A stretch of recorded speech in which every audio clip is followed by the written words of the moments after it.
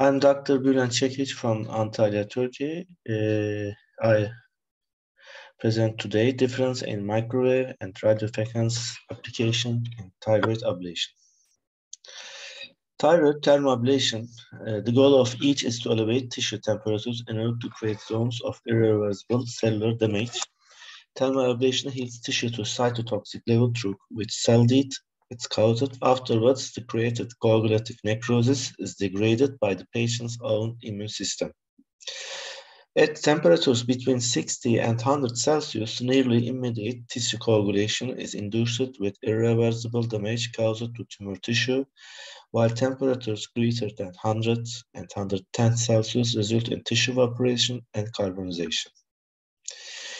In this table, we see the tissue reaction for various degrees of thermal injury, and for successful ablation, the tissue temperature should be maintained in the ideal range, which is between 60 and 100 Celsius. Both in RFA and microwave ablation, in thermoablation, the goal is between 80 and 100 Celsius heat, cytotoxic effect, and then occur cell death, coagulative necrosis, and in the end, destroyed by immune system macrophage. But if the heat above 100 Celsius, carbonization in the tissue occur, and if carbonization occur, the macrophage can't phagocytate it. Radiofrequency ablation, a high-frequency electric current flows through ionic channels and causes frictional heat at the ion level, followed by a local temperature increase. The most efficient heating is produced by the high current within the several millimeters of the electrode tip, and the results in tissue necrosis. The heating effect of radiofrequency ablation that causes thermal tissue necrosis is a combination of frictional and conductive heat. Here is a radiofrequency ablation unit. It was from a 18-gauge antenna. The tip that we use in thyroid ablation is normally 7 and 10 millimeter active tip. The generator is capable of producing between 1 and 100 watt. But in thyroid radiofrequency ablation, we mostly use maximum 50 watt. To prevent shaft overheating, this elevator is circulated through dual channels inside the antenna shaft, continuously cooling the shaft. It works to tissue impedance. It goes up to a maximum of 800 ohms. It causes tissue carbonation about 800 ohm. Above 800 ohm, the generator stops automatically and prevents from carbonization. Microwave ablation. Microwave ablation uses the heat generated from the rotation of molecular dipoles following the alternating electric field component of ultra-high speed. And the microwaves pass through the tissue around the exposed antenna of the electrode, causing the water molecules in the tissue to vibrate and rotate. Then heat is generated and results in thermal coagulation of the target tissue. And here is a microwave ablation unit. The microwave unit consists of the microwave generator flexible low-loss coaxial cable internally cooled shaft antenna. The antenna is 17 gauge on 10 centimeter shaft and 3.5 millimeter active tip. The shaft is coated with polytetrafluoroethylene to prevent tissue adhesion. The generator is capable of producing between 1 and 100 watt of power at 2450 megahertz in the form of pulse or continuous. But in microwave ablation, we use low power outputs between 20 and 30 watts to avoid carbonization. And to prevent shaft overheating, this elevator is circulated through dual channels inside the antenna shaft, continuously cooling the shaft. In this figure, we see the underlying mechanism of action and heat transfer for microwave ablation and radiofrequency ablation. Direct heating is in microwave ablation more dominant, and the heat transfers, the thermal conductance is very low. But in radiofrequency ablation, direct heating is not so much dominant, but thermal conductance heat transfer is more compared to microwave ablation. And in this table, we see the parameters that affect ablation volumes using microwave and radiofrequency ablation technologies. Radiofrequency ablation is more sensitive to tissue properties compared to microwave. It is more sensitive to radiofrequency ablation, is more sensitive to perfusion and heat sink. Ablation assessment is both the same. Imaging accuracy is more sensitive in microwave ablation, and tissue contraction is more sensitive in microwave ablation. And in radiofrequency ablation, we have a heat sink effect. It is a problem in thyroid ablation. The heat sink effect is a phenomenon that limits the effectiveness of the ablation when the target lesion is in close proximity within 1 centimeter to a large blood vessel. The flowing blood causes a cooling effect, thereby reducing the ablation volume. And here are two figures, radiofrequency ablation and microwave ablation. In radiofrequency ablation, there's a dissipation of the heat tissues adjacent to the vessels because of blood flow that results in an irregular and insufficient ablation zones. In microwave, the heat sink effect is attenuated, resulting in homogeneous and larger ablation zone. This reduced spectrum is ultimately due to the difference in the mechanism of action between microwave ablation and radiofrequency ablation. Radiofrequency ablation uses current, whereas microwave ablation uses electromagnetic energy. Advantage of radiofrequency ablation compared to microwave ablation. In radiofrequency ablation, the antenna is thinner than microwave. It is 18 gauge, and now we have 19 gauge antennas. Works according to the tissue impedance. It goes up to maximum of 800 ohms. Above 800 ohm, we see carbonization in the tissue, and the radiofrequency ablation unit stop automatically if we see 800 ohm, and that is a protective negative effect on carbonization.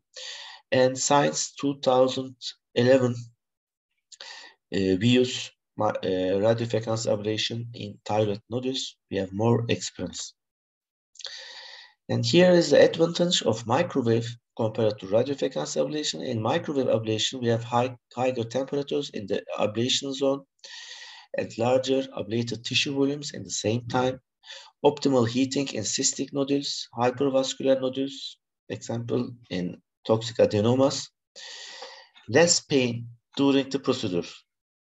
In microwave ablation, there is no ionic current passing through the body as in radiofrequency ablation. And tissue impedance doesn't matter, but in microwave ablation, we have no inhibitor effect on preventing carbonization. Therefore, for prevent carbonization, we must use low watt and we must use moving shot technique. And in microwave ablation, we have no heat sink effect. In microwave ablation does not require the placement of grounding bands. Therefore, we can use microwave ablation in pregnancy and in patients that have heart prosthesis. And here are some research papers from the literature and some systematic review. Here's a review and a meta-analysis from the Korean group from Dr. Baek. They researched the long-term results of thermal ablation of benign thyroid nodes in radiofrequency ablation. And the characteristics of the included studies was only the prospective studies was of the Korean group. The another studies was retrospective studies, and the most patients was in the Korean group. And if we look to the characteristic of the ablation methods, only in the research paper from Dr.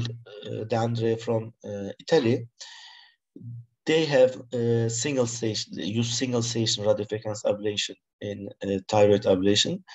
In the another research paper, they use multiple sessions in thyroid ablation.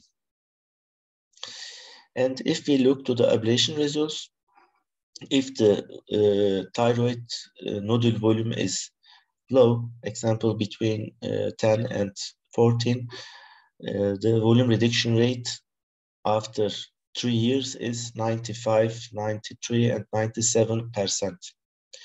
But if here is the research paper from Dr. Aldea Martins from Spain, if the thyroid volume more higher, example here, the median range is 36 cc. After 3 years, the volume reduction rate is more lower, 76%. And here is a research paper from China from Dr. Lu. And in this paper, they follow up 3 years after microwave ablation, and they compare the internal characteristics of the nodules, solid, predominant solid, and predominant cystic, and they don't find any different volume reduction rates. In the same research paper, they compare the nodule diameters between 10 and 30 and about 30 cc, and they don't find different statistical significant different volume reduction rates. And here's another paper from China, Dr. Moose, and in this paper they compare the different internal characteristics, and they found that in mainly cystic nodules, the volume reduction rate is more higher compared to mainly solid nodules and simple solid nodules. And in another research paper from Dr. Hu, they compare the radiofrequency and microwave, and the symptom score and the cosmetic score are the same scores. There are no difference between radiofrequency ablation and microwave ablation. And the research paper on Dr. Gu, in this research paper, after 1 year, volume reduction rate is a little better in radiofrequency ablation compared to microwave ablation. And in the same paper from Dr. Gu, they compare the major complications and minor complications of ablation, and they found not different results.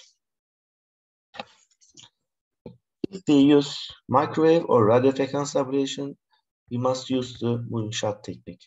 In moving shot technique, we begin from the thyroid nodule's posterior inferior aspect part. And then if we see the bubble, we move back smaller, and we ablated unit, and then we entire ablated all the nodule with the moving shot technique.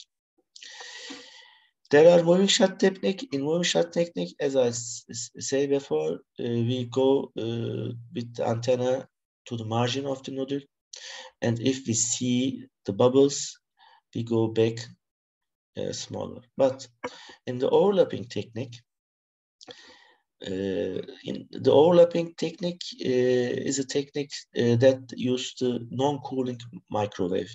Is an old technique. In this technique, the antenna, we set antenna in the middle or on the anterior of the nodule, and we wait, example, 20 seconds or 30 seconds.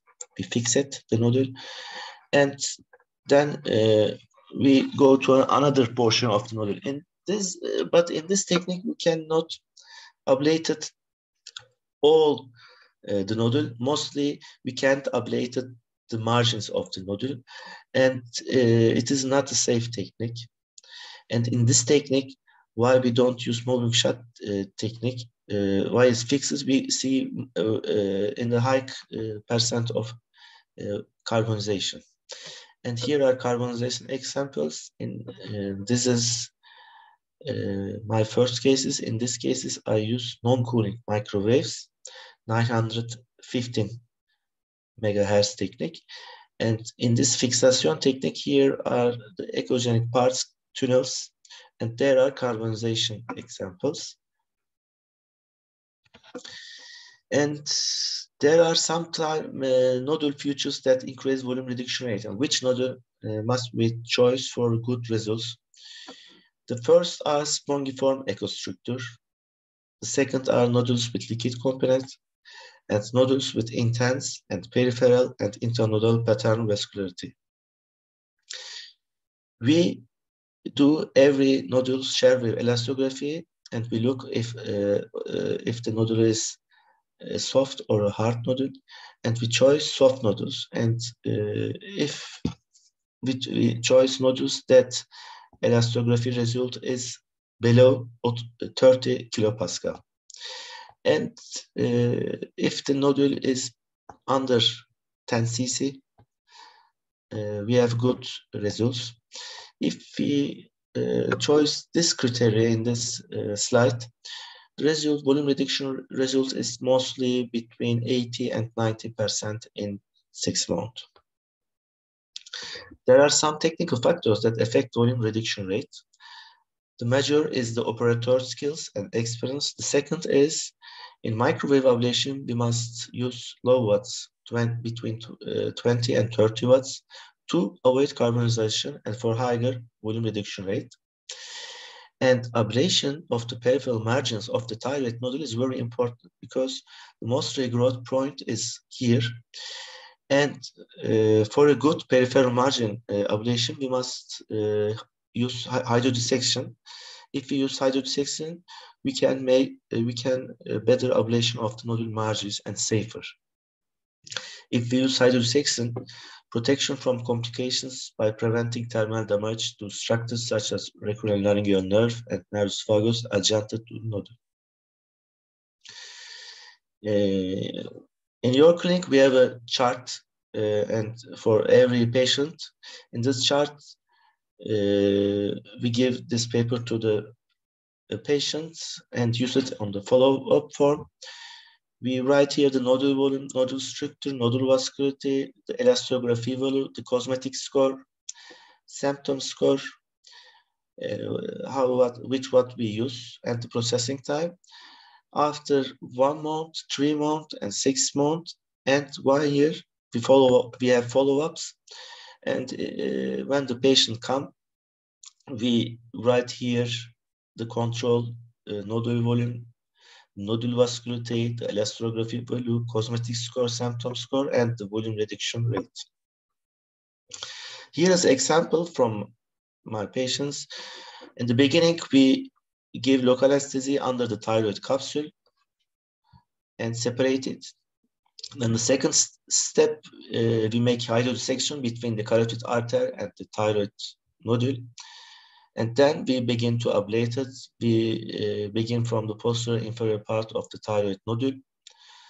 And if we see the bubble, we make back moving. And as you see, this is a kystic, mainly kystic some nodule, but the internal characteristic of the nodule don't affect the microwave ablation. Here is another patient. This is a hypervascular nodule, and it is a toxic adenoma. After ablation, we have no vascularization, and in the beginning, when the patient comes to us, the patient's thyroid stimulant hormone was very low, and after 1 month control, the hormone profile was normal. And here's another case, right parathyroid adenoma, and the patient's parathyroid hormone level was very high, and the parathyroid adenoma was close to carotid artery. It was 10 millimeters. And on the beginning, we go with a needle perpendicular and give here dextrose and make a hydrodissection and separate it from the carotid. And then we go under the adenoma and give here dextrose for hydrodissection. And then we make a lateral approach and give in this position 50 and 60 cc dextrose. And then if we are ready and when we have a safe zone, we beginning ablation, and we have here a very safe zone for the danger zone, auricular laryngeal zone, and carotid artery. We have a safe area, and the ablation is very quick and easy if we make a good hydrodissection. And this is a patient from your clinic, and she has a 90 cc spongious nodule, and we use microwave ablation. After 3 months, the nodule volume is 3.5 cc, and the volume reduction rate is 96%. And this is a patient from Nigeria. She come to your clinic, and she have a very big nodule, 156 cc. We use microwave ablation. After 4 months, the nodule volume was 21 cc, and the volume reduction rate was 86. Thank you.